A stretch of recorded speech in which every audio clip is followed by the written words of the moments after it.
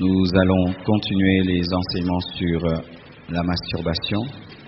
C'est un message qui est en train de bénir plusieurs ici et dans le monde entier. Et je pensais qu'il ne concernait que les jeunes et les célibataires. Mais avec les feedbacks que nous avons, nous nous sommes rendus compte que tout le monde est concerné par ce péché. Amen. Nous sommes debout pour lire une portion de la Bible. La Bible dit dans Jean 8, verset 32, Jean 8, 32, « Vous connaîtrez la vérité, et la vérité vous affranchira. » Asseyez-vous, s'il vous plaît. Alors avant de parler sur comment vaincre la masturbation, je vais redéfinir rapidement la masturbation du grec et du latin. Masturbation veut dire se souiller avec sa main ou se prostituer avec sa main. C'est ça, masturbation, se souiller avec sa main ou se prostituer avec sa main. C'est ça, masturbation. Et nous avons parlé de 5 types de masturbation. Le premier type, c'est la masturbation infantile. C'est lorsque les enfants se palpent et découvrent le plaisir sexuel accidentellement et commencent à s'y attacher.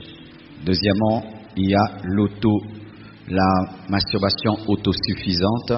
C'est celle que les gens pratiquent tout seuls dans leur chambre, dans leur douche.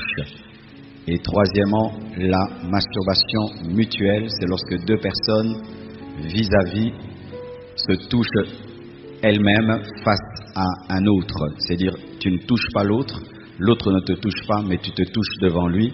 Et c'est parmi les causes de scandales aujourd'hui sur Internet, sur les réseaux sociaux. Et aussi, il y a la masturbation réciproque. Pour les mariés, on appelle cela caresse érotique. Mais pour les célibataires, c'est la masturbation réciproque qui est un péché, car les caresses érotiques ne sont pas pour les célibataires. Et nous avions parlé de la masturbation psychique qui touche à l'âme, mais nous en parlons déjà. C'est lorsque tu n'utilises pas la main, mais tu utilises ton cerveau. Et il y a quelqu'un qui m'a témoigné ça. Il est déjà très âgé d'ailleurs. Il dit que lui, lorsqu'il était à l'internat et qu'il devait se masturber avec sa main et qu'il ne pouvait pas le faire parce que son voisin ne dormait pas, il pouvait seulement se concentrer sans bouger et il pouvait atteindre la jouissance parce que son cerveau était très développé dans le domaine du péché. Donc ne dis pas je ne touche pas, je ne fais pas, mais qu'est-ce que tu penses là? Parce que tes mains peuvent être pures, mais tes pensées sont impures, et pour Dieu, les pensées sont égales aux actions. Alors comment vaincre la masturbation qui est un véritable fléau parmi les païens, parmi les chrétiens, parmi les célibataires et malheureusement parmi certains mariés? La première chose, il faut la conviction du péché. C'est pourquoi j'ai dit, vous connaîtrez la vérité et la vérité vous affranchira. Donc aujourd'hui, tu auras la délivrance par la connaissance de la parole, mais aussi nous allons prier, mais d'abord la délivrance par la connaissance de la vérité, parce que la vérité est une clé qui ouvre la prison. Amen. La conviction du péché. Jean 16, verset 7 à 8. La Bible dit, « Cependant, je vous dis la vérité. Il vous est avantageux que je m'en aille, car si je ne m'en vais pas, le consolateur ne viendra pas vers vous, mais si je m'en vais, je vous l'enverrai. Et quand il sera venu, il convaincra le monde en ce qui concerne le péché, la justice et le jugement. » L'un des rôles du Saint-Esprit dans le monde et dans la vie d'un chrétien et dans ta vie, c'est te convaincre de péché. Convaincre. Quand on part du mot convaincre ou du verbe convaincre, nous voyons qu'il y a une résistance parce qu'on ne convainc que quelqu'un qui ne veut pas croire et qui ne veut pas accepter une vérité. Donc tu dois te laisser convaincre par le Saint-Esprit, convaincre de péché. C'est-à-dire que toute ta vie, tu pensais que c'était normal, tu n'avais pas de culpabilité, c'était normal pour toi, mais tu entends la parole de Dieu et le Saint-Esprit te parle dans la parole et tu te laisses convaincre. Toi qui disais que non, ça m'aide à ne pas attraper la prostate, ça m'aide le cancer de la prostate, ça m'aide à ne pas attraper l'AVC, tel médecin avait dit, tel philosophe, tout d'un coup, tu es convaincu que c'est le mal. C'est déjà le processus pour la délivrance. Quelqu'un qui se masturbe et qui se justifie n'abandonnera pas la masturbation, ne quittera pas la masturbation. Tu dois appeler mal ce que Dieu appelle mal, et qui t'aide à appeler mal ce que Dieu appelle mal, c'est le Saint-Esprit qui vient te convaincre de péché. Amen. Première étape, tu dois dire avec le Saint-Esprit, la masturbation c'est mauvais, la masturbation c'est mauvais, c'est mauvais, c'est mauvais, c'est mauvais, c'est mauvais. Tu acceptes d'être convaincu de péché. Alors si tu n'es pas convaincu, on peut jeûner, on peut prier, on peut chasser les démons, rien n'arrivera parce que c'est la conviction qui amène à la délivrance. Deuxièmement, la repentance. Acte 3, verset 19, la Bible dit ceci. Repentez-vous donc et convertissez-vous pour que vos péchés soient effacés. Repentez-vous donc et convertissez-vous pour que vos péchés soient effacés. La repentance, c'est quoi? Avant d'être le fait d'abandonner une chose, la repentance, c'est un changement d'opinion. C'est un changement d'opinion. Tu avais une opinion que la masturbation était bonne, tu changes ton opinion, tu t'es repenti. Alléluia. Tu trouvais que le mal c'était bien parce que ça te donnait du plaisir, mais tu te répands, tu regrettes d'avoir cru cela, d'avoir accepté cela. C'est pourquoi dans la repentance, il y a aussi le regret. Amen. Un changement d'opinion, un regret par rapport à une position préalable que tu avais. Si dans ton cœur, tu ne te répands pas de t'être masturbé, tu ne regrettes pas de t'être masturbé, tu ne changes pas d'opinion et d'avis par rapport à la masturbation, Dieu ne te délivrera pas. Et on dit, repentez-vous et convertissez-vous. Dans la conversion, il y a la transformation et nous voyons que la repentance précède la conversion parce que Dieu ne peut pas changer un homme qui ne veut pas changer. Dieu ne peut pas te sortir du péché de force. Non. Il collabore avec ta volonté, c'est pourquoi la parole est prêchée pour engendrer la conviction de péché et engendrer la repentance et engendrer la conversion. Amen. Donc tu dois accepter d'être convaincu de péché, tu dois te repentir, tu dois changer d'opinion, tu dois regretter cela, tu dois haïr cela. Et là, tu n'as pas encore abandonné, mais tu as déjà la haine, c'est déjà le processus vers le changement, la haine du péché, l'horreur du mal, le regret d'avoir fait le mal. Tu es à une étape où tu es convaincu, tu as mal, tu regrettes. Déjà, le processus a commencé. Quelqu'un qui pêche et qui rigole, quelqu'un qui pêche et qui a la paix, qui a la joie, n'abandonne pas le péché. Mais celui qui pêche et qui se répand et qui regrette et qui change d'opinion est déjà sur le chemin de la transformation, de la conversion. Alléluia. Troisièmement, la foi. La foi. En qui? En Jésus-Christ. Acte 20, versets 20 à 21. Vous savez que je n'ai rien caché de ce qui vous était utile et que je n'ai pas craint de vous prêcher et de vous enseigner publiquement et dans les maisons, annonçant aux Juifs et aux Grecs la repentance envers Dieu et la foi en notre Seigneur Jésus. Pas seulement la repentance sans la foi ne sauve pas. Tu peux regretter, c'est mal vraiment, c'est mal. Même les païens, même quand on était païen, on regrettait. Ça m'arrivait quand j'étais païen, je regrettais de pécher. Mais je n'avais pas la foi en Jésus et je retombais dans mes premiers péchés. Alléluia. Donc tu ne dois pas seulement être convaincu que c'est mal.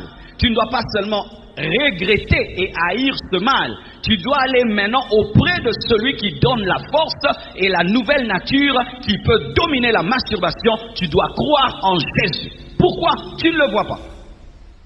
Donc le salut et la délivrance par rapport à un péché que tu vois, que tu vis, c'est dans quelqu'un que tu ne vois pas.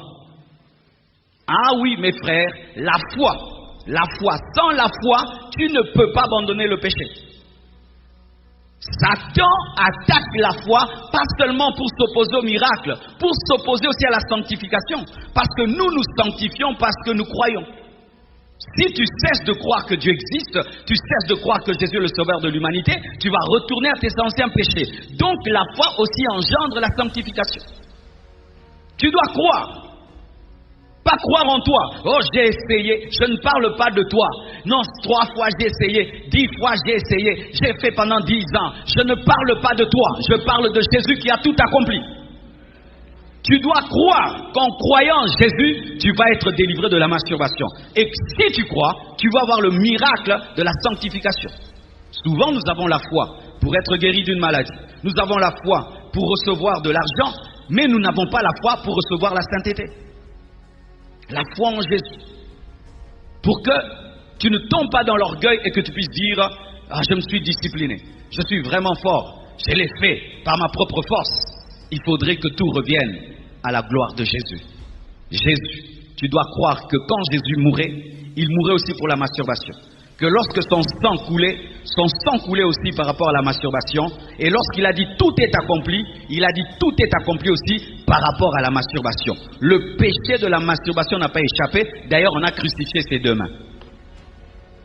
Alors si vraiment tu peux croire, les mains ont été crucifiées pour que les masturbateurs aient des mains crucifiées. Amen. Toi qui n'arrives pas à contrôler ta main, souviens-toi d'une chose, Jésus a été crucifié. Et donc ta main aussi peut être crucifiée. Amen. La foi, la foi.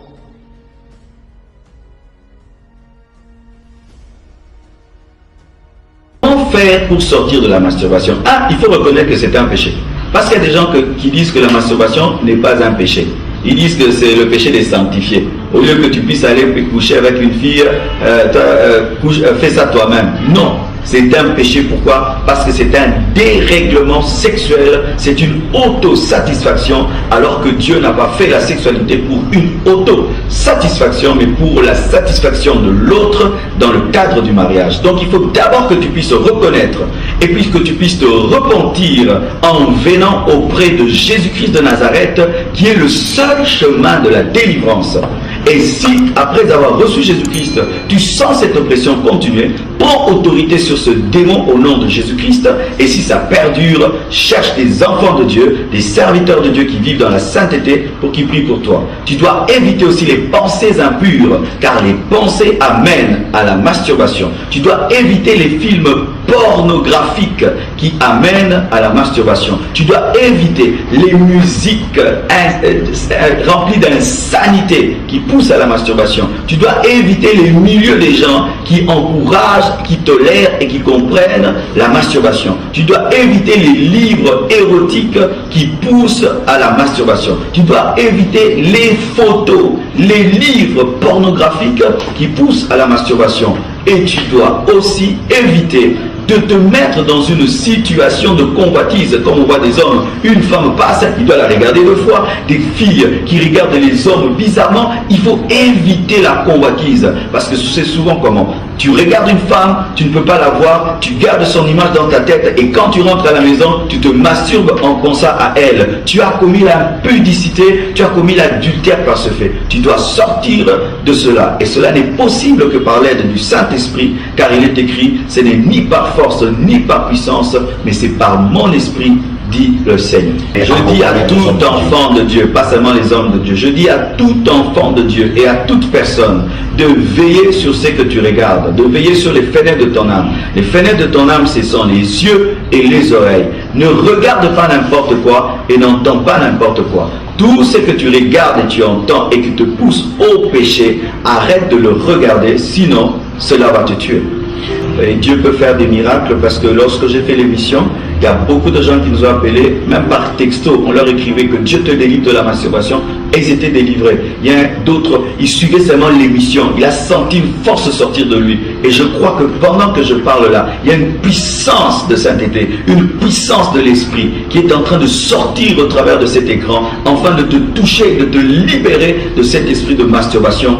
Car beaucoup vraiment, ce n'est plus seulement une masturbation au niveau de la chair, c'est devenu un démon. Surtout qu'aujourd'hui, les films encouragent cela. Il y a des écrits qui encouragent cela. Il y a des philosophies qui encouragent cela. Il y a des professeurs d'université qui encouragent cela. Il y a des scientifiques qui disent c'est vider le plein, qui encouragent cela. Et il y a la jeunesse et vraiment le monde surtout occidental qui est dedans. C'est pourquoi, bien-aimé, je prie que Dieu par sa puissance au travers de ce message puisse te libérer afin que toi aussi tu puisses aider les autres. Le mari de nuit peut venir dans ta vie par la masturbation parce que lorsque tu te masturbes, tu fais l'amour. Mais maintenant, avec qui? Tu fais ça toi-même. Mais un démon peut dire, ah viens, je vais t'accompagner. Comme tu le fais tout seul, hein, alors je viens t'accompagner. Tu es en train d'inviter un démon dans ta vie qui risque de détruire ton foyer présent ou ton foyer futur. Parce que le mari de nuit et la femme de nuit, lorsqu'ils entrent dans un foyer, ils viennent séparer. Ils sont jaloux. Ils sont jaloux. Alors il sera jaloux de ton mari, jaloux de ta femme. Parce que vous vous unissez déjà sexuellement pendant que tu te masturbes. Aujourd'hui, les hommes modernes sont sérieusement dans la masturbation. Et je le dis sans avoir froid aux yeux. Beaucoup de gens, même qui vont nous suivre là, sont dedans. Et n'aie pas honte de te repentir, de reconnaître cela et d'abandonner, de peur que cela détruise et anéantisse ta vie. Le baume que je porte, c'est d'abord cette lumière. Que les gens qui sont dans la masturbation comprennent que c'est un péché, que ce n'est pas seulement une mauvaise habitude, c'est un péché. 2. Que ces personnes se tournent vers Jésus-Christ afin de réclamer leur délivrance. 3. Que ces personnes disciplinent leurs yeux, arrêtent de regarder des choses impures et aussi veillent à la pureté de leurs pensées. Et que ces personnes recherchent la plénitude de l'esprit qui leur donnera la force de dominer la masturbation. La Bible dit que chaque jour tu puisses porter ta croix. Et voici un secret pour vaincre la masturbation. Chaque jour, décide-toi, aujourd'hui je ne veux pas me masturber, et tu ne te masturberas pas. Il faut que tu croies que c'est possible d'en sortir.